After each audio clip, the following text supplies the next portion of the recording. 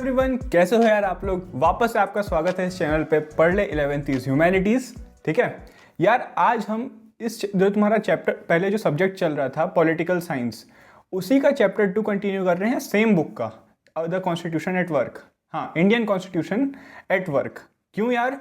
क्योंकि जो तुम्हारा फर्स्ट चैप्टर है और जो तुम्हारा सेकंड चैप्टर है काफ़ी लिंक करता है। तो फर्स्ट चैप्टर के बाद अगर तुम ये चैप्टर समझोगे तो तुमको काफ़ी चीज़ें बहुत अच्छे से समझ आएंगी। तो यार बच्चों की डिमांड में देख रहा था कि कई बच्चे बोल रहे थे कि भैया हिस्ट्री पहले करा लो, ये चैप्टर कर लो यार, फिर तुम्हारे ज्योग्राफी हिस्ट्री इन सब में भी जंप करेंगे। करना हमें पूरी चीज़ें हैं, ठीक है। तो चालू करते हैं, राइट्स इन इंडियन कॉन्स्टिट्यूशन। अब देखो यार, पहले थोड़ा सा एक चीज़ देख लो प्लेटफॉर्म के बारे में, फिर अपन अपना चैप्टर चालू करते हैं। देखो यार, सबसे पहले तो मेरा नाम जान लो, वो भी ज़रूरी है, मैं ही तुमको पढ़ा रहा हूँ। मेरा नाम शिवांश गुप्ता है। I am currently eight SRM university. और यार तुम्हारे जो 10th का कंटेंट तुमने देखा होगा पहले इस चैनल पे, जो मेन चैनल था उस पर उसके क्रिएशन में मेरा भी हाथ था, ठीक है।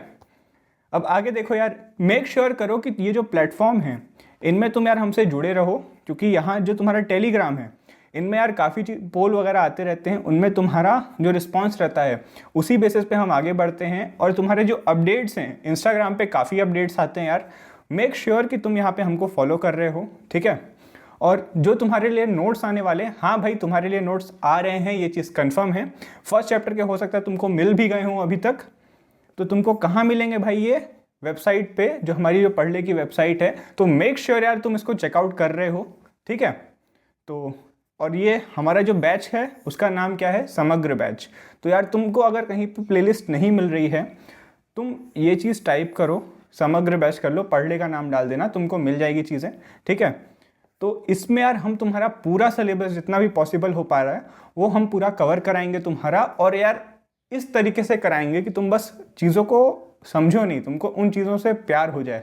बस एग्ज़ाम के पर्सपेक्टिव से नहीं पढ़ना यार, यहाँ पे तुमको चीज़ों को समझना है, ठीक है। कि बाद में यार तुम जो सोच रहे हो ना, मेरे को बहुत सारे कमेंट्स मिले, भैया UPSC की तैयारी करना है, भैया कंपटीशन की तैयारी करना है। तो यार तुम यहाँ अगर रटना चालू कर दोगे चीज़ों को तो कुछ भी नहीं समझ आएगा, ठीक है। तो तुम जब तक चीज़ों को नहीं समझ रहे होगे तब तक तुमसे कुछ भी नहीं होगा। तो मेक श्योर यार कि तुम चीज़ों को इंजॉय कर रहे हो पढ़ते टाइम, ठीक है। तो बस आगे बढ़ते हैं यार, बहुत सारी बात हो गई, ठीक है। एक चीज़ यार, तुमको ऐसे नहीं देखना है लेक्चर, ऐसे देखना है। मतलब तुम एक पेन और कॉपी साथ में रखोगे और कुछ चीज़ें साथ में नोट करोगे, ठीक है। अब यार ये जो चैप्टर है तुम्हारा, ये क्यों पढ़ रहे हैं और जस्ट पिछले चैप्टर के बाद ही क्यों पढ़ रहे हैं? पिछले चैप्टर में तुम समझ के आए कि कॉन्स्टिट्यूशन क्यों ज़रूरी है। तो कॉन्स्टिट्यूशन में तुमने समझा था कि कुछ बेसिक राइट्स, बेसिक जो प्रिंसिपल हैं वो बहुत ज़रूरी हैं। तुम्हारे कुछ फंडामेंटल राइट्स हैं, वो तुमको कैसे मिल रहे हैं, ये चीज़ें हम बात करेंगे। तो यार ये जो तुम्हारा पूरा चैप्टर है, ये मैक्सिमम चैप्टर तुम्हारा फंडामेंटल राइट्स और कुछ इंपॉर्टेंट राइट्स पे घूमेगा, ठीक है। अब क्या बोल रहे हैं भाई, ये पढ़ लो। The constitution is not only about the composition of the various organs of the government and the relationship among them. जो तुम्हारा कॉन्स्टिट्यूशन है सिर्फ यही चीज़ नहीं बताता कि तुम्हारे जो ऑर्गन्स हैं वो कौन हैं और उनके बीच में रिलेशन क्या है। सिर्फ यही काम नहीं है कॉन्स्टिट्यूशन का। तुम्हारा कॉन्स्टिट्यूशन का मेन एक और इंपॉर्टेंट काम है कि तुमको कुछ राइट्स प्रोवाइड करना, ठीक है। ये तुम पूरा पढ़ लेना, मैं आगे बढ़ रहा हूँ। और यार ये तुम्हारे NCERT का ही है, और ये मैं जानबूझ के लाता हूँ कि तुम समझो कि चैप्टर में हम क्या पढ़ रहे हैं और क्यों पढ़ रहे हैं। दोनों चीज़ यहाँ पे बहुत ज़रूरी है, ठीक है। तो इस चैप्टर के बाद अपने को क्या क्या समझ आ जाएगा? What are the various fundamental rights listed in our constitution, ठीक है। How these rights are protected, ये rights हमारे कैसे protected हैं। जुडिशरी का क्या रोल है, वो कैसे इन राइट्स को प्रोटेक्ट करती है हमारे लिए। And what is the difference between the fundamental rights and directive principle of state policy. ये DPSP मैंने थोड़ा सा तुमको एक्सप्लेन किया था पिछली बार। आज हम ये जो तुम्हारे इस चैप्टर में बहुत अच्छे से दिया हुआ है, तो जब आएगा तो हम उस चीज़ को देख रहे होंगे, ठीक है। अब यार फर्स्ट टॉपिक है तुम्हारा फंडामेंटल राइट्स यहाँ पे। तो फंडामेंटल राइट्स कहाँ पे हैं? Part 3 of Indian constitution. अब ये चीज़ से फैमिलियर होना चालू कर दो यार। कॉन्स्टिट्यूशन तुम्हारा पार्ट्स में बटा हुआ है, ठीक है। कितने पार्ट्स में बटा हुआ है तुम मुझे ये कमेंट्स पे बताओ, कितने पार्ट्स में बटा हुआ है और कितने आर्टिकल हैं अभी कॉन्स्टिट्यूशन में, ठीक है। तुम मुझे ये कमेंट में बता रहे हो, ग्रेट। तो जो हमारा फंडामेंटल राइट्स है ये हमारे पार्ट 3 में है कॉन्स्टिट्यूशन के, और ये कौन कौन से आर्टिकल में लिखा है तुम्हारे जो राइट्स हैं, आर्टिकल 12 से आर्टिकल 35। भाई साहब इतने तुम्हारे पूरे आर्टिकल जो हैं सिर्फ तुम्हारे फंडामेंटल राइट्स को ही बता रहे हैं। तो तुम देखो यार कितना इलेबोरेट करके चीज़ों को हमको दिया गया है। इंडिया का जो तुमने कॉन्स्टिट्यूशन सुना होगा कि one of the largest constitution है वर्ल्ड का, ठीक है, रिटन कॉन्स्टिट्यूशन, तुम्हारे वर्ल्ड का one of the largest written constitution है। तो तुम देखो कि क्यों है, क्योंकि हमारे राइट्स को ही इतना इलेबोरेट करके यहाँ पे दिया है हमको, ठीक है। तो समझो इस चीज़ को। यार आज वापस बारिश हो रही है तो आई एम सॉरी अगर तुमको हल्का सा डिस्टर्बेंस हो, ठीक है। आगे बढ़ते हैं। अब देखो यार इस चैप्टर में तुम क्या क्या पढ़ने वाले हो, तुम्हारे राइट्स का क्या इंपॉर्टेंस है, बिल ऑफ राइट्स क्या होता है। भाई मैं इसमें नहीं घुस रहा हूँ, जब आएगा टॉपिक तभी इसको समझेंगे। फंडामेंटल राइट्स क्या हैं अपने इंडियन कॉन्स्टिट्यूशन में। साउथ अफ्रीका का भी हम थोड़ा सा देख रहे होंगे, क्यों वो वहीं पे बताऊंगा। एंड डीपीएसपी, इसको directive principle of state policy को डीपीएसपी भी बोलते हैं। मैं डीपीएसपी बोलूँगा, थोड़ा शॉर्ट लगता है, अच्छा लगता है मुझे बोलने में, ठीक है। आगे बढ़ते हैं यार। The importance of rights. वापस से वीडियो पॉज करो और भाई सोचो, ये सोचने की आदत डालो जब मैं बोलता हूँ, ठीक है। तो वीडियो पॉज करो और एक बार सोचो यार कि राइट्स क्यों ज़रूरी हैं, और अगर नहीं होंगे राइट्स तो क्या होगा अपना, ठीक है। मैं आगे बढ़ रहा हूँ। इसको यार अपन दो स्टोरी से समझेंगे। तुम्हारी ये एनसीईआरटी की स्टोरी है, मैं क्रक्स बता दूंगा तुमको स्टोरी का, तुम पूरा एक एक पॉइंट पढ़ सकते हो। यार तुम्हारे एशियन गेम हो रहे थे, ये जो गिवन ईयर है, इसके एशियन गेम के लिए इंडिया में कंस्ट्रक्शन करना था काफ़ी सारा। तो कंस्ट्रक्शन के लिए इन्होंने क्या किया, एकदम पुअर लेबर को रखा और इनको बहुत गंदी कंडीशन में रखते थे। जो ये गवर्नमेंट नहीं रख रही थी, ये याद रखना, गवर्नमेंट ने जो कॉन्ट्रैक्टर्स हायर किए थे वो रख रहे थे, ठीक है। तो उनको बहुत गंदी कंडीशन में रख रहे थे। उनको जो मिनिमम सैलरी मिलनी चाहिए, जो मिनिमम वेज फिक्स होती है गवर्नमेंट के द्वारा, उससे कम दे रहे थे। हमारी एक सोशल साइंटिस्ट की टीम ने इस चीज़ को देखा यार, और इसकी एक पिटीशन उन्होंने डाल दी हमारे सुप्रीम कोर्ट में, ठीक है। तो भाई उनके फंडामेंटल राइट्स वॉयलेट हो रहे थे, तो कोर्ट ने डायरेक्शन दिया गवर्नमेंट को कि आप इस चीज़ को हटाओ और वर्कर्स को उनकी जो वेजेस फिक्स है मिनिमम वेज, उससे आप ऊपर उनको वेज दो, ठीक है। वेज मतलब तुम्हारी सैलरी दो। अब अपन दूसरी स्टोरी देखते हैं मचाल लालू की, ठीक है। उनको 23 की एज में अरेस्ट कर लिया गया। उनके ऊपर चार्जेस थे कि किसी को उन्होंने बहुत गंदे तरीके से इंजर्ड कर दिया था, ठीक है। लेकिन यार वो उनकी प्रॉब्लम क्या थी कि वो मेंटली अनस्टेबल थे। तो यार उनके ऊपर सीधे कार्रवाई अभी चलाई नहीं जा सकती थी। तो उनको भाई साहब उनको कोर्ट की कस्टडी में रख दिया मेंटल हॉस्पिटल में, ठीक है। जो भी रहता होगा जेल के तरफ से, वहाँ पे उनको रखा गया। अब उनको वहाँ रखा गया तो 2-3 साल बाद डॉक्टरों ने बोल दिया भाई कि अब ये ठीक हैं, आप इनको ले जाइए। लेकिन यार ध्यान ही नहीं दिया गया उनके ऊपर, और बहुत टाइम हो गया भाई साहब। और उनको जब वो 77 ईयर के हो गए 2005 में, उनको तब छोड़ा गया। और वो भी क्यों छोड़ा गया कि जो तुम्हारी नेशनल ह्यूमन राइट्स कमीशन है, इसके बारे में आगे देख रहे होंगे, तुमने नाम सुना हो शायद, न्यूज़ में रहता है, ठीक है। न्यूज़ देखा करो, और न्यूज़ मैं बोलूँगा यार न्यूज़पेपर पढ़ा करो। न्यूज़ टीवी पे उतना वैलिड नहीं आता तुम्हारे हिसाब से। तो ये तुम्हारा पॉइंट इस, यहाँ पे वापस आ जाते हैं। जो तुम्हारे नेशनल ह्यूमन राइट कमीशन था, उसने एक इंस्पेक्शन के लिए टीम भेजी, और उसने देखा भाई कि अब इनका कोई यहाँ पे गिल्ट नहीं है, इनको बहुत टाइम से फालतू रखा गया है, तब जाके उनको छोड़ा गया। तो यार ये दो स्टोरी से हम क्या समझ रहे हैं कि जो तुम्हारी ये सर है मचाल लालू, इनकी पूरी लाइफ खराब हो गई, पूरा साल इनका जेल में रह गया, ठीक है। लेकिन यार अगर इनके लिए भी किसी ने पिटीशन डाल दी होती, जैसे कि फर्स्ट केस में तुम्हारे पिटीशन डाल दी गई थी, तो हो सकता है इनको भी राइट्स मिल गए हों। लेकिन इनके केस में ऐसा नहीं हुआ। तो our constitution give every citizen right to life and liberty. अब यार ये चीज़ क्या होती है, हम इसको काफ़ी अच्छे से समझ रहे होंगे चैप्टर में, बस अभी थोड़ा सा सुनते जाओ, ठीक है, चीज़ों को समझ आएंगी। दिस मीन्स, अच्छा हाँ, मैंने तुमको नोट करने का बोला था, तो ये नोट मत करने लग जाना कि उनकी एज 23 थी, वो 77 साल की एज में निकल गए थे। स्टोरी तुमको सिर्फ चीज़ें समझाने के लिए थी, यहाँ से तुमको कुछ आएगा नहीं, रटना नहीं पड़ता यार तुम्हारे इस सब्जेक्ट में, बस कुछ डेट्स याद रखनी पड़ती, वो भी तुमको अगर इंसिडेंट पता है तो तुमको ज़्यादा दिक्कत नहीं होगी, ठीक है। तो ये चीज़ें मत लिखते रख जाना। मैं जानता हूँ यार तुम बहुत समझदार हो, बट मेरा काम है बताना, तो मैंने यहाँ पे बता दिया। अब वापस आ जाते हैं यार टॉपिक पे। Our constitution give every citizen the right to life and personal liberty, ये तुम्हारा one of the fundamental right है और one of the most fundamental right है। ठीक है, क्या है हम इसको आगे समझेंगे चीज़ों को। ठीक है, अभी देखो यार, this means that every citizen must also have the right to fair and speedy trial. यार जो तुम्हारा कॉन्स्टिट्यूशन है वो तुमको प्रोवाइड करता है फेयर और स्पीडी ट्रायल, ये तुम्हारा पार्ट है right to life and personal liberty का ही।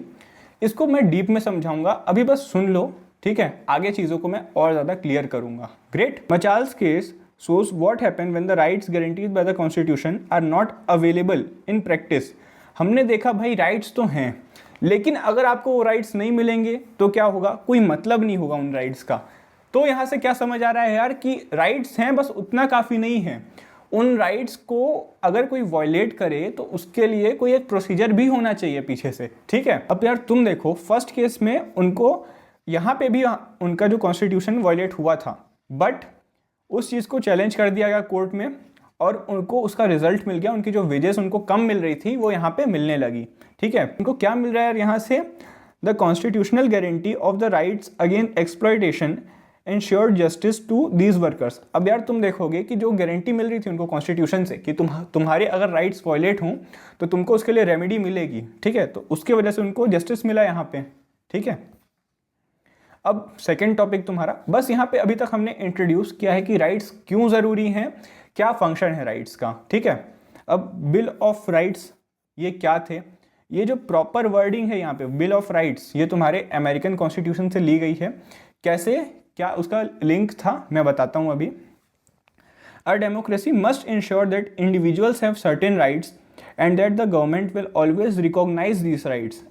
है ना, अपन ने यार शुरू से देखा कि जो तुम्हारी डेमोक्रेसी है वहाँ पे कुछ बेसिक राइट्स मिलने चाहिए सभी सिटीजन को। ठीक है, ये हम फर्स्ट चैप्टर में भी देख के आ रहे हैं, और गवर्नमेंट को उन राइट्स को रिकॉग्नाइज भी करना पड़ेगा उस चीज़ के लिए। Therefore it is often a practice in most democratic countries to list the rights of the citizen in the constitution itself. इसलिए यार जो तुम्हारी डेमोक्रेसीज हैं वो क्या करती हैं कि तुम्हारी कॉन्स्टिट्यूशन में ही लिख देती हैं कि तुम्हारे बेसिक राइट्स क्या हैं, कि कोई इसके ऊपर बाद में कोई डिस्कशन हो तो तुम्हारे पास पहले से ही यहाँ पे प्रूफ हो तुम्हारे राइट्स का। ठीक है, तो ये जो ऐसे जो राइट्स होते हैं जिनको मेंशन करती है इसको हम बिल ऑफ राइट्स बोलते हैं। और इसको बिल ऑफ राइट्स क्यों बोलते हैं यार, अब सुनो। तुम्हारा जो फर्स्ट जो तुम्हारी कंट्री थी जो डेमोक्रेटिक हुई थी वो थी तुम्हारी अमेरिका, और उसने जो अपने ऐसे राइट्स बनाए थे उसको उन्होंने नाम रखा था बिल ऑफ राइट्स। ठीक है, तो जब बिल ऑफ राइट्स नाम रखा यार तो तभी से ये चीज़ चली आ रही है कि हम ऐसे चीज़ को रखते हैं। अगर हम मतलब कोई भी कंट्री अगर अपना कॉन्स्टिट्यूशन बनाती है तो उसमें जो राइट्स होते हैं इस टाइप के उनको बिल ऑफ राइट्स बोलते हैं। ठीक है, bill of rights prohibits government from acting against the right of individual. Understandable. It also ensure a remedy in case there is violation of these rights. क्या बोल रहे हैं दोनों पॉइंट्स, पहला बोल रहा है कि गवर्नमेंट तुम्हारा प्रोहिबिट करती है कि तुम्हारे राइट्स वायलेट ना हो। ठीक है, और दूसरा वो ये भी इंश्योर करती है कि अगर वायलेशन हो तो इसके खिलाफ तुमको रेमेडी भी मिले। ठीक है, अब रेमेडी कौन देता है, ये तुम्हारा कोर्ट देता है, उसका भी हम लोग रोल पढ़ेंगे आएगा। ठीक है, और तुम्हारे राइट्स यार किससे प्रोटेक्ट करना है, अब ये देखो राइट्स को प्रोटेक्ट करना है, लेकिन किस चीज़ से, कोई दूसरा पर्सन तुम्हारे राइट्स को वायलेट कर सकता है। बहुत सिंपल एग्जांपल ले सकते हो तुम, कोई प्राइवेट ऑर्गेनाइजेशन है वो तुम्हारे राइट्स को वायलेट कर सकता है, और यहाँ तक कि तुम्हारी जो गवर्नमेंट है भाई साहब वो भी तुम्हारे राइट्स को वायलेट कर सकती है। तो अब देखो भाई कि राइट्स अगर नहीं होंगे तो तुमको कोई भी एक्सप्लॉइट कर सकता है। यहाँ से कोई मसल पावर का यूज़ करेगा, कोई मनी पावर का यूज़ करेगा, तो उसको भाई कैसे रोक रहे हैं, हमारे ये राइट्स को लगा के। ठीक है, अब यार तुम्हारे फंडामेंटल राइट्स पे आ जाते हैं जो इंडियन कॉन्स्टिट्यूशन में है। तो ये तुम्हारे मेजर 7 राइट्स हैं। इसमें एक राइट टू प्रॉपर्टी भी था यार, लेकिन अब वो हटा दिया गया है। तुम जो कंपटीशन की तैयारी करने का सोच रहे हैं, जो यूपीएससी बोलते हो, मुझे थोड़ा बहुत अब रिसर्च करना चालू करो, थोड़ा बहुत कॉन्स्टिट्यूशन को पढ़ना चालू करो। ठीक है, तो ये तुमको पता होना चाहिए कुछ टाइम बाद तक कि राइट टू प्रॉपर्टी कब हटाया गया, अभी तो बस सुनते जाओ। ये तुम्हारे बेसिक राइट है, right to equality, right to freedom, exploitation के against right, religion, right to freedom of religion, cultural and educational right, right to property and right to constitutional remedy. अब ये जो तुम्हारा राइट टू प्रॉपर्टी है ये तुम्हारा fundamental right नहीं रहा है। ठीक है। पहले तो अब तुम्हारे 6 राइट्स बचे हैं, पहले 7 हुआ करते थे। अपन देखेंगे इस चीज़ को कि कब हटाया गया, कैसे हटाया गया। तुम्हारी बुक में इंक्लूड किया था, इसलिए मैं भी यहाँ पे कर दिया हूँ। अब यार हिस्टोरिकल बैकग्राउंड देख लेते हैं कि हमारे इंडिया कॉन्स्टिट्यूशन में फंडामेंटल राइट्स कैसे आए और क्यों आए, ठीक है। During our freedom struggle the leaders of the freedom movement had realise the importance of rights. Freedom struggle में यार उनको बहुत एक्सप्लॉइट किया जाता था, हमारे जो लीडर्स थे जो फ्रीडम स्ट्रगल कर रहे थे, तो उनको भाई सबसे ज़्यादा समझ आ रहा था कि अगर ये राइट्स होंगे तो हमको बहुत, हमारे लिए कितना अच्छा हो जाएगा, और ये जब वायलेट हो रहे हैं तो क्या क्या दिक्कत आएंगी, ठीक है। They demanded that the British rulers should respect the right of people. जो ब्रिटिशर्स हैं तुम्हारे यार, उनको रिस्पेक्ट करना चाहिए जो तुम्हारे राइट्स हैं इंडियन के, ठीक है। Motilal Nehru committee has demanded a bill of rights as far back as in 1928। तुम देखो भाई साहब, मोतीलाल नेहरू जो तुम्हारे जो नेहरू साहब हैं, जो अपने चाचा नेहरू हैं, उनके फादर थे ये मोतीलाल नेहरू। तो यार तुम देखोगे कि इन्होंने काफ़ी पहले 1928 में ही डिमांड की थी तुम्हारे बिल ऑफ राइट्स की। और यार ये उस टाइम क्यों की थी, अब ये सुन लो। तुम्हारा उस टाइम साइमन कमीशन आया था, ठीक है, और साइमन गो बैक के काफ़ी नारे लगे थे, उस टाइम काफ़ी प्रोटेस्ट चल रहा था इसके खिलाफ। तो ब्रिटिशर्स ने बोला कि जब आप साइमन कमीशन को इंडिया का कॉन्स्टिट्यूशन नहीं बनाने दे रहे हो तो आप बना के दिखा दो, अगर आपका अच्छा रहा तो हम वो लगा देंगे। तो इसीलिए भाई नेहरू साहब बैठे नेहरू रिपोर्ट बनाने में, वो नेहरू रिपोर्ट में उन्होंने इसको इंक्लूड किया, बिल ऑफ राइट्स को। तो अब ये 1928 में क्यों आया था ये समझ आया। बस तुमको ये बता रहे हैं कि काफ़ी पहले से हम ये चीज़ बिल ऑफ राइट्स जो है ये लाने का सोच रहे थे। तो ये कैसे आई है, तो पहले इंडियंस को रियलाइज़ हो गया कि क्यों चाहिए, इसकी ज़रूरत क्या है, क्योंकि फ्रीडम स्ट्रगल के टाइम पे उनको काफ़ी एक्सप्लॉइट किया गया था भाई, ठीक है। फिर ब्रिटिश रूलर्स से उन्होंने डिमांड किया कि भाई आप हमारे जो हमारे राइट्स हैं उनको आप रिस्पेक्ट कीजिए। लेकिन ऐसा कुछ मिल नहीं रहा था यार, हमारे जो इंडियंस हैं ना उनको बहुत बुरे तरीके से एक्सप्लॉइट किया गया था ब्रिटिश रूल के टाइम पे, ठीक है। तो मोतीलाल नेहरू की भाई तुम्हारी रिपोर्ट आई 1928 में, उसमें उन्होंने डिमांड किया बिल ऑफ राइट्स। यहाँ जो लिखा है यार बस उतना ही इम्पोर्टेंट है। मैंने तुमको पीछे की थोड़ी सी स्टोरी सुनाई कि तुम समझो कि ये इसी साल में क्यों आई थी, इसके पहले क्यों नहीं आई थी, इसके बाद क्यों नहीं आई थी ऐसी रिपोर्ट, और बस तुम्हारे थोड़े नॉलेज के लिए, ठीक है। It was therefore natural that independent India will have rights. अब यार तुम देखोगे कि जब जो हमने देखा कि नेशनलिस्ट मूवमेंट से बहुत ज़्यादा इंस्पायर्ड था हमारा कॉन्स्टिट्यूशन, तो यार जब शुरू से जो हमारे नेशनलिस्ट थे वो डिमांड कर रहे थे इस चीज़ की, ब्रिटिशर्स थे, तो यार ये चीज़ क्यों नहीं आएगी। तो ये नेचुरल था कि ये इंडिपेंडेंट इंडिया में ये चीज़ें रहेंगी। The constitution listed the rights that would be specially protected and called the fundamental rights. अब आ गया भाई तुम्हारा फंडामेंटल राइट्स। जाग जाओ जितने सो रहे थे, आधे सोने लगे होंगे। आगे बढ़ते हैं यार। अब देखो, कॉन्स्टिट्यूशन है separately listed them and made special provision for their protection. अब हमारे कॉन्स्टिट्यूशन ने भी उसको अलग से लिख दिया, हमने देखा इसको पार्ट 3 पूरा एक अलग से इसको पार्ट दे दिया है, और इसको भाई स्पेशल प्रोटेक्शन भी दिया है। कैसे, हम आगे समझेंगे चीज़ों को, बस 1-2 स्लाइड के बाद ही वो चीज़ आ जाएगी। तुमको यहीं का वेट करने का बोल रहा था, ये वाली स्लाइड का, कि तुम्हारे लॉज जो हैं वो प्रोटेक्टेड कैसे होते हैं। तुमको अभी तुम पढ़ के आए कि तुम्हारे जो फंडामेंटल राइट्स हैं वो प्रोटेक्ट करता है कॉन्स्टिट्यूशन, ठीक है। तो अब देखो भाई कि ये प्रोटेक्ट कैसे करता है, ठीक है। तुम्हारे जो ऑर्डिनरी राइट्स हैं, जो तुम्हारे लीगल राइट्स हैं, तो वो तुम्हारे ऑर्डिनरी लॉ से प्रोटेक्ट होते हैं। ये क्या होते हैं, 1 मिनट थम जाओ, मैं बता रहा हूँ।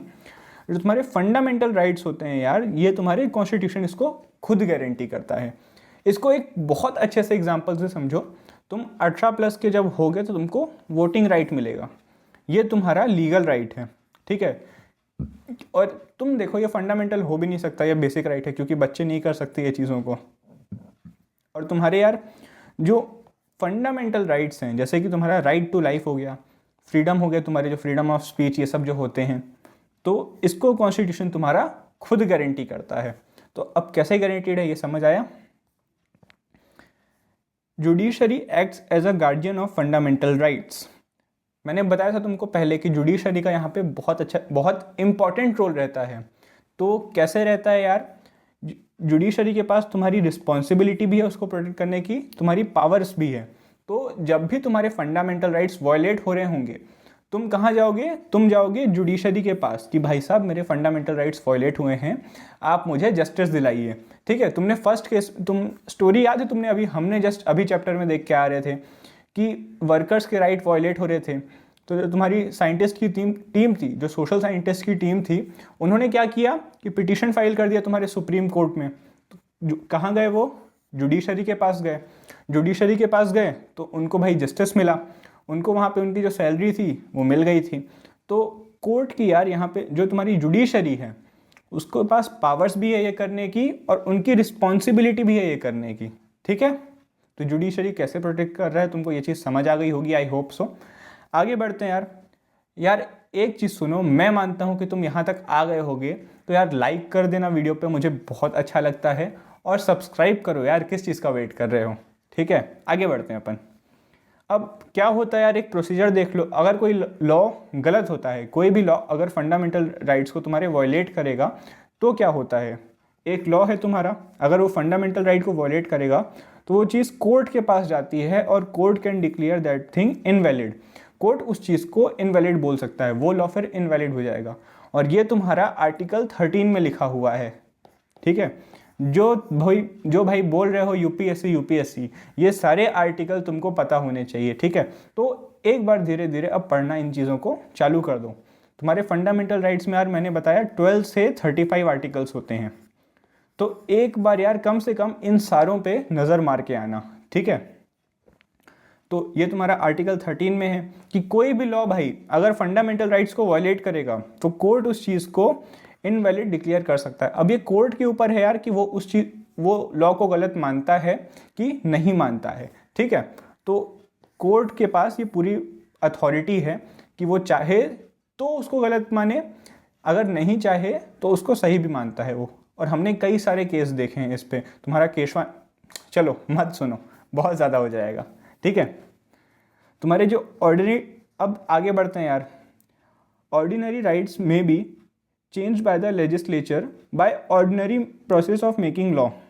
जो तुम्हारी जो ऑर्डिनरी राइट्स हैं, हमने भाई पिछले स्लाइड में देखा था कि तुम्हारे कुछ जो होते हैं लीगल राइट्स, बेसिक राइट्स है ना, उसको ऑर्डिनरी लॉ से प्रोटेक्ट करते हैं। तो जो तुम्हारे ऑर्डिनरी लॉ हैं उनको एक बेसिक जो लॉ मेकिंग प्रोसेस होती है अपने इंडिया में, उसके थ्रू उसको चेंज कर दिया जाता है, उसके थ्रू उसको चेंज कर सकते हैं, मेन ये चीज़ है। लेकिन जो तुम्हारे फंडामेंटल राइट्स हैं भाई, अगर इसको चेंज करना है तो तुम्हारे पूरे कॉन्स्टिट्यूशन को अमेंड करना पड़ेगा, मतलब कॉन्स्टिट्यूशन को चेंज करना पड़ेगा। ठीक है, उसको बोलते हैं हम अमेंड। और अमेंडमेंट ऑफ कॉन्स्टिट्यूशन तुम सुने होगे, अभी तक हमारे कॉन्स्टिट्यूशन में 104, 105 इस टाइप से, मेरे को एग्जैक्ट नंबर याद नहीं, इतने हमारे कॉन्स्टिट्यूशन में अमेंडमेंट हो चुके हैं अभी तक। अब मैंने बता ही दिया कि यार 104 अमेंडमेंट हुए हैं अभी तक, तो तुम एक चीज़ मैं लिंक करा देता हूँ, तुमको शायद समझ आ जाएंगी यहाँ पे चीज़ें, कि हमने पिछले चैप्टर में बोला था कि हमारा जो कॉन्स्टिट्यूशन है रिजिड भी है, फ्लेक्सिबल भी है। ठीक है, रिजिड होकर क्या कर रहा है, हमारे इन्हीं फंडामेंटल राइट्स को प्रोटेक्ट कर रहा है, और फ्लेक्सिबल है यार, तो जो अमेंडमेंट होता है वो तभी पॉसिबल है क्योंकि हमारा जो कॉन्स्टिट्यूशन है वो फ्लेक्सिबल है। ठीक है, तो होप कि तुम लिंक कर पा रहे हो मैं जो बोला। नहीं तो यार एक बार पुराना लेक्चर है, अगर तुम नहीं लिंक कर पा रहे हो तो मतलब तुमने उसको अच्छे से नहीं समझा है, तो यार उस चीज़ को समझ के आओ, फिर यहाँ पे देखो तुमको चीज़ें बहुत अच्छे से क्लियर होंगी, और तभी मज़ा आएगा यार तुमको पढ़ने में, जब तुम्हारी ये जो चीज़ें हैं ना, जो एक सारे तुम्हारे जो कॉन्सेप्ट्स हैं वो जब साथ में आके लिंक होंगे, तब तुम भाई इन चीज़ों को बहुत अच्छे तरीके से समझ पाओगे। ग्रेट, अब आगे बढ़ो यार। However fundamental rights are not absolute और अनलिमिटेड, ये भी तुम्हारे अनलिमिटेड नहीं है। अब भाई कैसे, ये तो गवर्नमेंट, इसको तो कॉन्स्टिट्यूशन खुद प्रोटेक्ट कर रहा है, तो ये अनलिमिटेड मतलब ये इसमें कहाँ से लिमिट लग जाएगी, तुम ऐसे समझो, तुम ज़्यादा अच्छे से समझोगे। देखो यार, government can put reasonable restriction on the exercise of our fundamental rights. Reasonable restriction लगा सकता है। अब भाई रीजनेबल कब होंगे रिस्ट्रिक्शन, तुम्हारे इमरजेंसी के दौरान, जब नेशनल इमरजेंसी होगी तब भाई तुम्हारे फंडामेंटल राइट्स को वो रोक दिया जा सकता है, मतलब उस टाइम के लिए वो एप्लीकेबल नहीं होंगे। ऐसा नहीं है कि तुम्हारे एग्जिस्टेंस से ही हट जाएंगे, तुम्हारे एग्जिस्टेंस में रहेंगे, लेकिन तुम कोर्ट में नहीं जा सकते उसके कंप्लेन के लिए अगर वो वायलेट होंगे। इसमें भी यार तुम्हारे एक्सेप्शन है कि आर्टिकल 20 और आर्टिकल 21 ये तुम्हारे कभी भी वायलेट नहीं हो सकते भाई, चाहे सुनामी आ जाए, चाहे इमरजेंसी आ जाए, चाहे कुछ आ जाए। क्या होते हैं यार ये तुम आगे अभी देख रहे होगे, ठीक है, इसलिए मैं अभी बहुत डीप में नहीं घुस रहा हूँ। अब बिल ऑफ राइट्स अपन समझ के आए थे, एक बार साउथ अफ्रीका के भी बिल ऑफ राइट्स देख लो।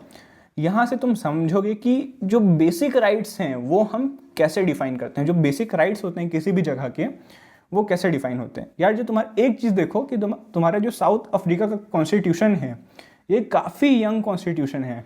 क्यों यार, बना तो ये भी 1996 में है, लेकिन यार तुम बाकी कंट्रीज़ देखो उसके बाद ये डेट देखो तो तुमको काफ़ी यंग लगेगा, ठीक है। अब एक बार ये चीज़ पढ़ लेते हैं स्टेटमेंट, तुमको चीज़ें थोड़ा और समझ आएगी। Its creation and promulgation took place at a time when South Africa still face the threat of a civil war.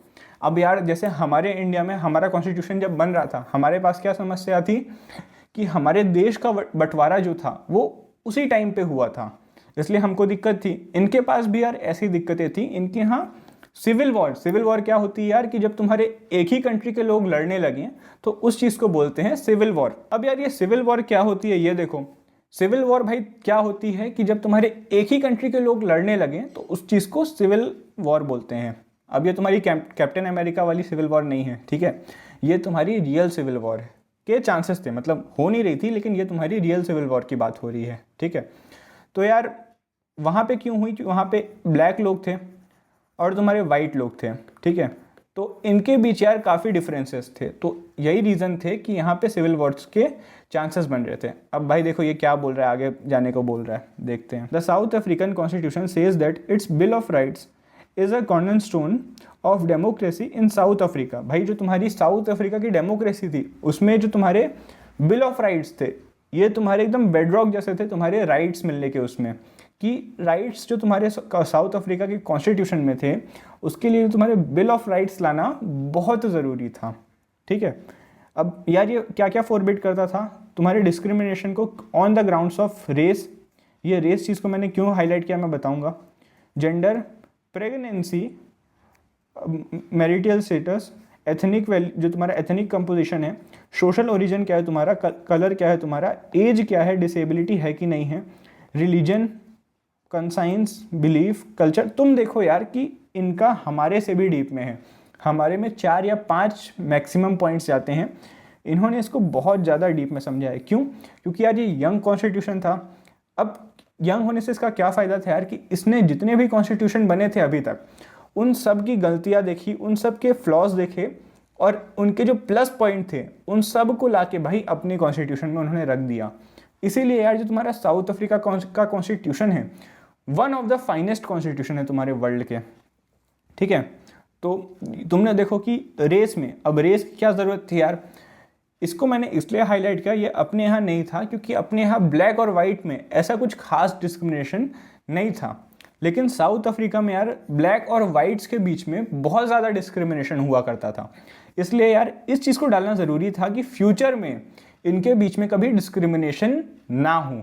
तुम देखो इसकी क्या वैल्यू थी, अब समझ आ रही होगी। उन्होंने और भी चीज़ें डाली यार, हमने प्रेगनेंसी नहीं डाली, उन्होंने इस चीज़ को भी डाला, डिसेबिलिटी अपन ने नहीं डाली थी, उन्होंने इस चीज़ को भी डाला, तो उन्होंने बहुत डीप में ये चीज़ को डाला। देखिए most extensive range of rights इन्होंने दिए पूरे वर्ल्ड में, कहीं पे भी चले जाओ सबसे ज़्यादा एक्सटेंसिव राइट्स इन्होंने दिए, ठीक है। राइट टू इक्वालिटी, अब भाई तुम्हारी इक्वालिटी होनी चाहिए तुम्हारे सोसाइटी में, सब बोलते हैं, क्यों चाहिए? थोड़ा सा सोचो, वापस पॉज करो वीडियो को, 1 मिनट सोचो। मैं मानता हूँ यार तुमको पता होगा, लेकिन एक बार सोचना मन में बहुत ज़रूरी हो जाता है यहाँ पे, ठीक है। आगे बढ़ते हैं अपन। तो ये तुम्हारे भाई आर्टिकल 14 से आर्टिकल 18 में है। अब यहाँ पे तुम्हारा आर्टिकल 12 और आर्टिकल 13 कहाँ गया?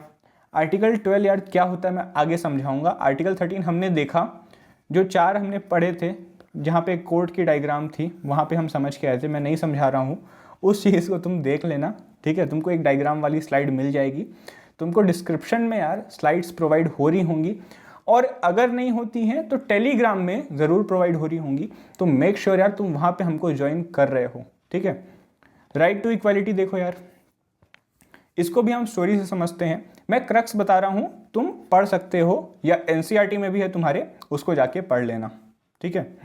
तो यार 2 लोग रहते हैं तुम्हारे, एक ये भाई साहब और इनके दोस्त रहते हैं। इनका नाम क्या है? स्वदेश कुमार, ठीक है। तो ये विलेज में जा रहे थे, तो इनको भूख लग गई है, चाय पीने बैठ गए। तुम स्टोरी देख लेना, थोड़ा सा मैं बस क्रक्स तुमको बता रहा हूँ। तो स्वदेश कुमार जो थे तुम्हारे हाई कास्ट से थे, और इनके जो दोस्त थे जो इनके साथ जा रहे थे वो दलित परिवार से थे। तो भाई जो चाय वाला था उसने इनको एक बहुत अच्छे कप में कॉफ़ी दी, चाय दी ऐसे कप में, और जो इनका दलित दोस्त था उसको ऐसे में दी। तो यार तुम देखो कि वो कितना गंदा लगा होगा जो उसका दोस्त था। यार ये तुम देखोगे तुम्हारा बहुत क्लियर एग्जाम्पल है तुम्हारा इनइक्वालिटी का, ठीक है। अब इसी तरह यार स्टोरी 2 तुम पढ़ लेना।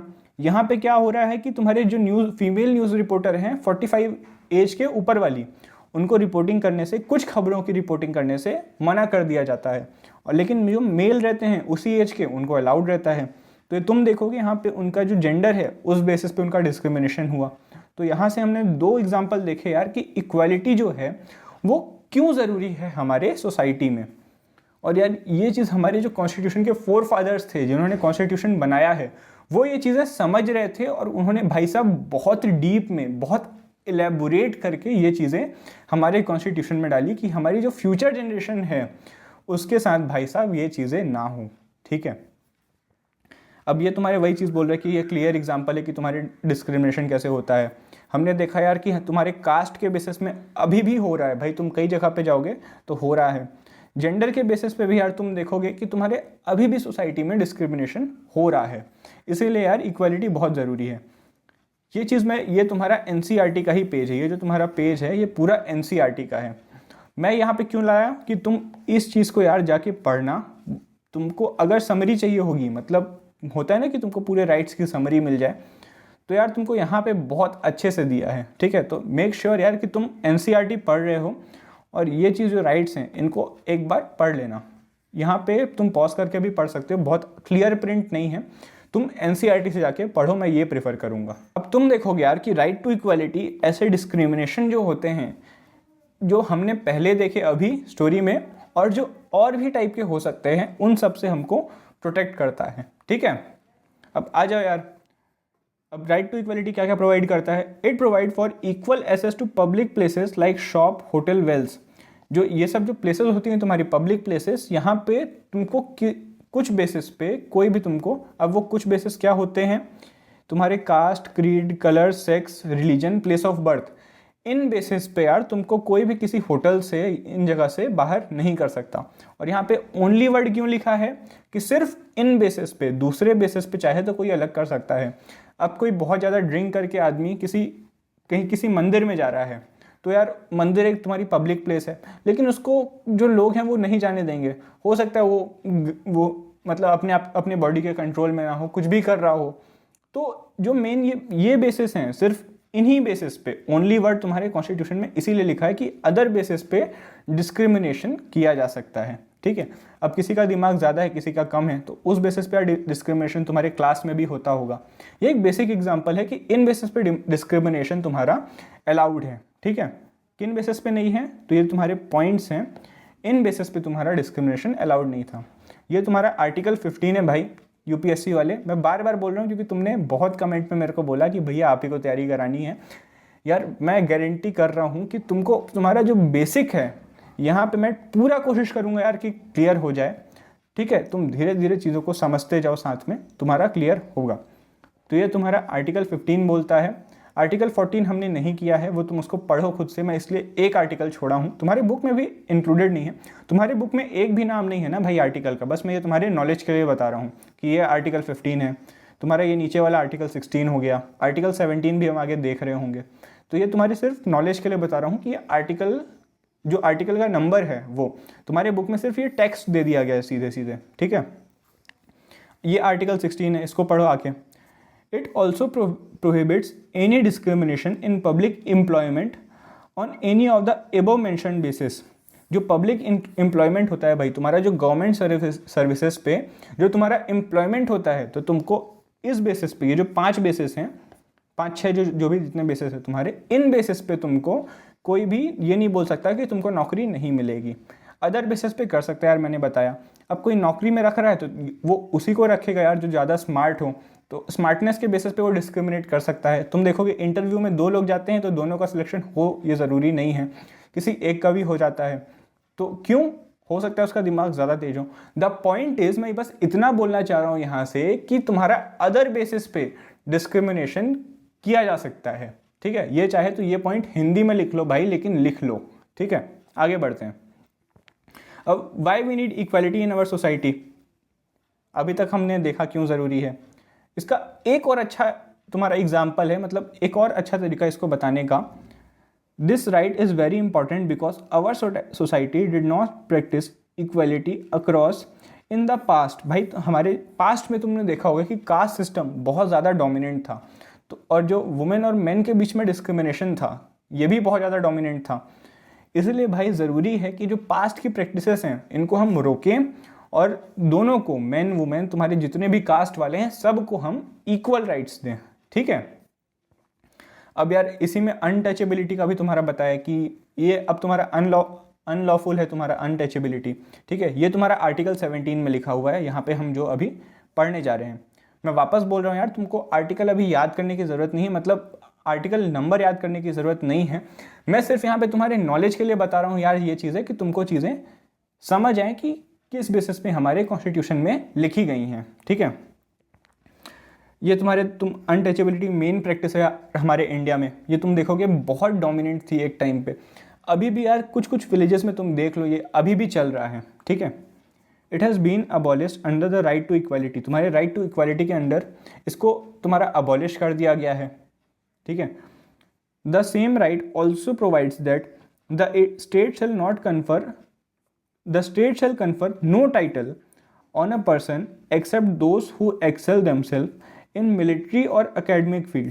अब यार क्या बोल रहा है कि जो तुम्हारा स्टेट है ये अलग से कोई भी टाइटल को तुम्हारा अलाउ नहीं करेगा। कैसे टाइटल यार? पहले तुम्हारे महाराजा लोग के टाइटल होते थे, महाराजाधिराज, महाराजा, राजाधिराज, अब जो भी यार तुम बहुत सारे होते थे। तो ये सब जो तुम्हारे टाइटल हैं जो नाम के पहले लगाए जाते थे ये सारे इलीगल हो गए। तो तुम कहीं पे भी नहीं लिख सकते क्या?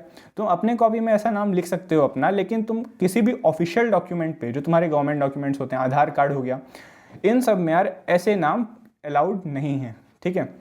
तो भाई तुम देखोगे भारत रत्न के नाम से भी होता है, भारत रत्न विजेता, ये तो ये भी अलाउड नहीं है क्या? भारत रत्न हो गया, ये जो तुम्हारे टाइटल हैं ये अलाउड हैं, ठीक है।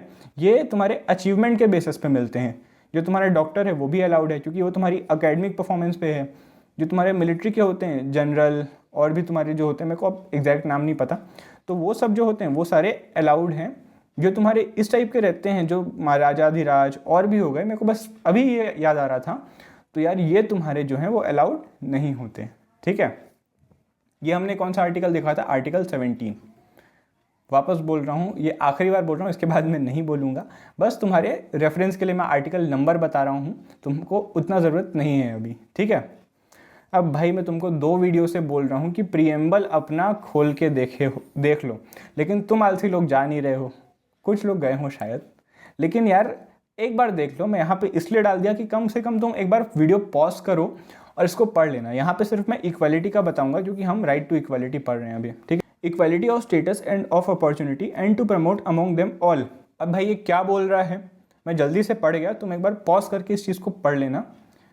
हमको क्या बोल रहा है ये एक बार आगे देखते हैं। बस मैं तुमको प्रीएम्बल कैसा दिखता है मैं यहाँ ये बताने के लिए यहाँ पे लाया था। मैंने इक्वालिटी को अलग से एक्सप्लेन किया है। इक्वालिटी ऑफ स्टेटस है, ये देखो, equality of status and of opportunity. तो इक्वालिटी ऑफ अपॉर्चुनिटी, ये 2 पॉइंट हमने देखा भी प्रीएम्बल में लिखे हुए हैं, ठीक है। तो यार इक्वालिटी ऑफ स्टेटस क्या बोल रहा है? तुम्हारे इक्वल राइट्स, लिबर्टीज़, ये सब जो चीज़ें हैं तुमको मिलनी चाहिए, ठीक है। ये होता है तुम्हारा इक्वालिटी ऑफ स्टेटस। यहाँ पे यार स्टेटस का मतलब तुम्हारी रिचनेस नहीं है कि मतलब 2 लोग का स्टेटस इक्वल होता है, मतलब 2 लोग की रिचनेस बराबर हो, ऐसा बिल्कुल नहीं है भाई। तुम्हारा इक्वालिटी होना चाहिए, तुम्हारी जो सोचने की आज़ादी है उसमें तुम्हारा कोई ऐसा बैरियर नहीं होना चाहिए। ये होता है तुम्हारा इक्वालिटी ऑफ स्टेटस। तो इसको रिचनेस से कंपेयर मत करना, वो एक बहुत अलग टॉपिक है, वो हमारे कॉन्स्टिट्यूशन से उसका कुछ बहुत ज़्यादा लेना देना नहीं है, ठीक है। और इक्वालिटी ऑफ अपॉर्चुनिटी क्या होती है भाई साहब? Equality of opportunity means that all section of society enjoy equal opportunities. किस चीज़ में? तुम्हारे गवर्नमेंट जॉब्स ये सब जो होती हैं, तुम्हारी जो सर्विसेज होती हैं, तुम्हारा जो एडमिशन होता है, जो तुम्हारे कॉम्पिटिशन वाले एग्ज़ाम जो होते हैं, तुम्हारे IIT, UPSC, नीट, ये सब जो एग्ज़ाम होते हैं, इनमें सबको इक्वल राइट्स मिलने चाहिए, मतलब इक्वल अपॉर्चुनिटी मिलनी चाहिए। लेकिन जब इक्वल अपॉर्चुनिटी सबको मिलनी चाहिए तो यार हम कुछ अलग से कुछ सोसाइटी के कुछ सेक्शन को रिजर्वेशन क्यों देते हैं? ये सवाल दिमाग में आएगा और आना चाहिए यार, तुम इसीलिए सब्जेक्ट पढ़ रहे हो। ठीक है, तो आगे बढ़ते हैं। इसका आंसर देखो, we live in a society where there are various kind of social inequalities, और इनको ओवरकम करने के लिए यार गवर्नमेंट ने प्रोवाइड किया है रिजर्वेशन को। मैं आधा हिंदी में पढ़ गया, तुम पॉज करके पूरा पढ़ लेना। तो क्यों ज़रूरी है रिजर्वेशन? कि हमारे जो सोसाइटी है इसमें काफ़ी इनइक्वालिटीज़ रही हैं। जो तुम्हारे कुछ लोअर सेक्शन रहे सोसाइटी के, जो ट्राइबल सेक्शन से आए थे, वो जब आज़ादी हुई थी काफ़ी नीचे थे, मतलब ये काफ़ी अंडर प्रिविलेज थे। तो इनको यार इनको भी उठाना था, और जो साथ साथ चल रहे थे उनको भी चलाना था, जो नॉर्मल अपने कास्ट के लोग थे। तो दोनों को एक जैसे कैसे चला सकते हैं? अब चलाना तो दोनों है भाई, और दोनों को इक्वालिटी देना है, ये भी ज़रूरी है। तो यार इसीलिए जो छोटे कास्ट वाले थे, छोटे कास्ट नहीं बोलना चाहिए, जो अनप्रिविलेज क्लास वाले थे, इनको यार हमने अलग से रिजर्वेशन दिया कि इनके जो राइट्स हैं वो भी प्रोटेक्टेड रहें, इनको भी मौका मिले यार कि जो ये गवर्नमेंट सर्विसेज होती हैं, जो तुम्हारे अच्छे कॉलेजेस होते हैं गवर्नमेंट वाले, इन पे ये एडमिशन ले सकें। ठीक है, तो हमारे कॉन्स्टिट्यूशन ने ये तक बोला है कि ये जो रिजर्वेशन है ये सिर्फ तब तक रहेगा जब तक हमारी इक्वालिटी अचीव नहीं हो जाती। मतलब जब जो तुम्हारे जो सेक्शन जो हैं, जो लोअर कास्ट वाले हैं, ये जब इक्वालिटी में ऐसा हो जाएगा कि गवर्नमेंट को लगे नहीं भाई अब इनको रिजर्वेशन देने की ज़रूरत नहीं है, तो गवर्नमेंट उन रिजर्वेशन को हटा देगी। तुम्हारा इनिशियली जो रिजर्वेशन है सिर्फ 10 साल के लिए लगा था, और फिर गवर्नमेंट उसको हमेशा एक्सटेंड करते जा रही है हर 10 साल के लिए, कि जब तक इसकी ज़रूरत रहेगी तब तक ये चीज़ रहेगी, उसके बाद ये चीज़ को हटा दिया जाएगा। लास्ट टाइम इसको एक्सटेंड किया गया था तुम्हारे 2019 में। ये तुम्हारे नॉलेज के लिए था, ठीक है, बहुत ज़्यादा मत घुसो, बस इतना जानो तुम्हारा रिजर्वेशन किस चीज़ पे होता है? जॉब्स पे, ठीक है, और एडमिशन पे। एडमिशन तुम्हारे यार ये जो एग्ज़ाम्स होते हैं, IIT, नीट, UPSC, ये सब, इनमें तुम्हारा रिजर्वेशन होता है। अब यार ये देखो, ये तुम्हारा आर्टिकल 16 क्लॉज 4। अब ये इसको कैसे पढ़ेंगे? आर्टिकल 16 क्लॉज 4, ठीक है। ये तुम्हारे NCERT में ये पूरा क्लॉज दिया हुआ है, तो उसको वैसा का वैसा हम एक बार रीड करते हैं तो तुमको समझ आएगा यार कि कॉन्स्टिट्यूशन की लैंग्वेज कैसी है। ठीक है, फिर इसका मैं जो पीछे इसके जो क्रक्स है मैं वो तुमको वो समझाऊंगा। Nothing in this article shall prevent the state from making any provision for the reservation of appointments और post in favour of any backward class of citizen. मतलब बैकवर्ड क्लास जो है तुम्हारी, उसके लिए गवर्नमेंट को कोई नहीं रोक सकता कि वो उसके लिए रिजर्वेशन करे। ठीक है, अब कौन से सिटीजन को? Of any backward class of citizen which in the opinion of states is not adequately represented in the services under state.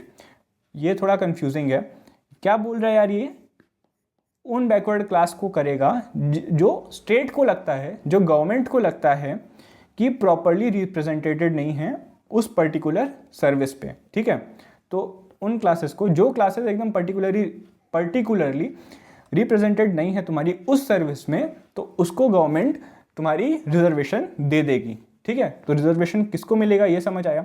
ऐसे किसी भी कास्ट को नहीं मिल जाता, ऐसे किसी भी तुम्हारी जो सेक्शन है सोसाइटी का उसको नहीं मिल जाता। उसके लिए जो तुम्हारा स्टेट है, जो तुम्हारी गवर्नमेंट है, वो पहले देखती है कि वो तुम्हारा एडिक्वेटली रिप्रेजेंटेड है कि नहीं है। जब नहीं होती उसके बाद उस सेक्शन को रिजर्वेशन मिल जाता है। अब यार स्टेट क्या होता है?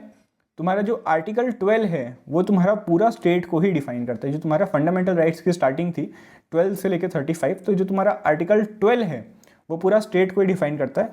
तुम बस अभी इतना समझो, स्टेट मतलब जो गवर्नमेंट है, गवर्नमेंट हो गया, गवर्नमेंट की जितने इंस्टीट्यूशन हो गए, ये सब तुम्हारे स्टेट्स के अंडर पे आ जाएंगे। ठीक है, ये चीज़ समझ आई होगी यार, आई होप। अगर नहीं आई तो एक बार पूरा रिवाइंड करो इस चीज़ को, और आर्टिकल 16 क्लॉज 4 पूरा एक बार समझो। ठीक है, ये चीज़ तुमको समझ आनी चाहिए यार, क्योंकि ये तुम्हारा जो टेक्स्ट है ये NCERT का ही है और तुम्हारा कॉन्स्टिट्यूशन से सीधे उठाया गया टेक्स्ट है। तो यार ये चीज़ तुमको समझ आनी चाहिए, क्योंकि ये चीज़ आगे अभी काफ़ी आएगी। अब इसका क्या हो गया यार, thus reservation will not be seen as a violation of right to equality. जब भाई कॉन्स्टिट्यूशन ने खुद ही बोल दिया कि रिजर्वेशन कर सकती है गवर्नमेंट, तो फिर उसके बाद कोई कैसे बोलेगा कि ये राइट, तुम्हारी जो राइट टू इक्वालिटी उसका वायलेशन है? ऐसा नहीं कर सकती। ठीक है, तो बस यार इस लेक्चर के लिए इतना। राइट टू फ्रीडम, तुम्हारी आज़ादी के बारे में अगले लेक्चर में जानेंगे। ठीक है, इसके यार इस चैप्टर के बाद हम तुम्हारा ज्योग्राफी चालू कर देंगे, उसके बाद फिर हिस्ट्री चालू कर देंगे। ठीक है, तो यार बने रहो, तब तक के लिए बाय, स्टे सेफ।